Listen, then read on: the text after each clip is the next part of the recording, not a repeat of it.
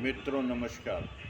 क्या आप घूमने फिरने की या तीर्थ यात्रा से संबंधित यात्रा करना चाहते हैं? तो इसके लिए मैं आपको कुछ टिप्स देना चाहूँगा। सबसे पहले आप अपने बजट के अनुसार अपनी योजना तैयार कर लें में। उसके बाद आप वेबसाइट पे जा कर के देख लें में कि इस प्रकार की यात्राओं के लिए आईआरसीटी और प्राइवेट कंपनियां भी ट्रेन चलाती हैं। उन ट्रेन्स में एसी 2 टायर और 3 टायर की सुविधा होती है। आप अपने बजट के अनुसार श्रेणी चयन कर सकते हैं और उनकी जो सारी शर्तें होती हैं वो भी बताई जाती हैं, जो सुविधाएं दी जाएंगी वो भी बताई जाती है और उसके अनुसार आप ट्रेन और उसका रूट सेलेक्ट कर सकते हैं। ये कहाँ-कहाँ ले जाएंगे, क्या-क्या दिखाएंगे, ये सारी बातें वेबसाइट पे दर्शाई जाती हैं। इन ट्रेन्स का टाइम टेबल इस प्रकार का होता है कि ये रात में तो चलती हैं और दिन में सुबह अपने डेस्टिनेशन पे पहुंच करके और आपको जो दर्शनीय स्थल हैं या तीर्थ स्थल हैं वो दिखाती हैं। तो इसमें आपको ये सुविधा रहेगी कि आप रात के समय ट्रेन में आराम से सोएंगे और दिन में आराम से घुमा फिरी करेंगे। ये अपने स्तर पे गाइड भी रखती है और अपने ही स्तर पर जिस भी डेस्टिनेशन पे पहुंचती हैं वहाँ धर्मशाला या होटल बुक करते हैं। ये अपनी जो सुविधा है उसके अनुसार तो आपको ये धर्मशाला या होटल देते ही हैं।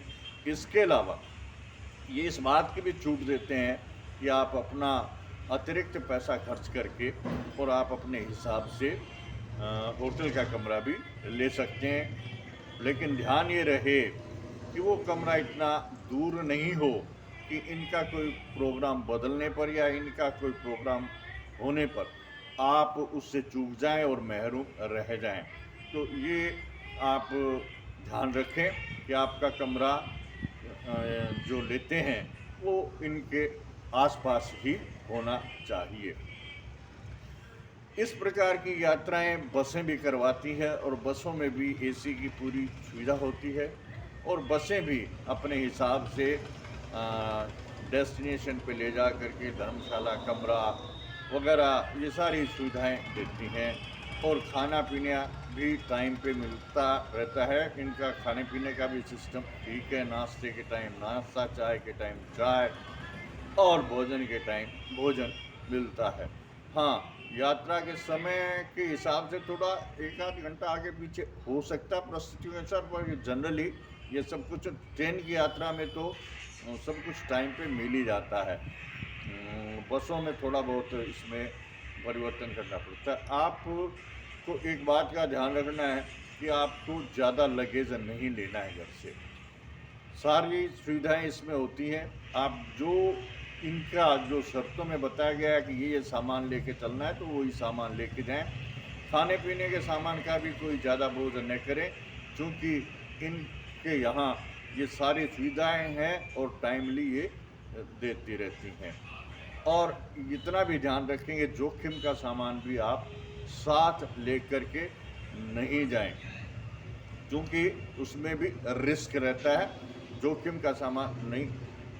वैसे आपको जो किराए वगैरह के हो तो पहले जमा करा देंगे, बाकी कोई परचेजिंग का पैसा है वो भी आप संभाल के रखें, क्योंकि ग्रुप में रहने पर ये कोई पता नहीं लगता कौन कैसा है।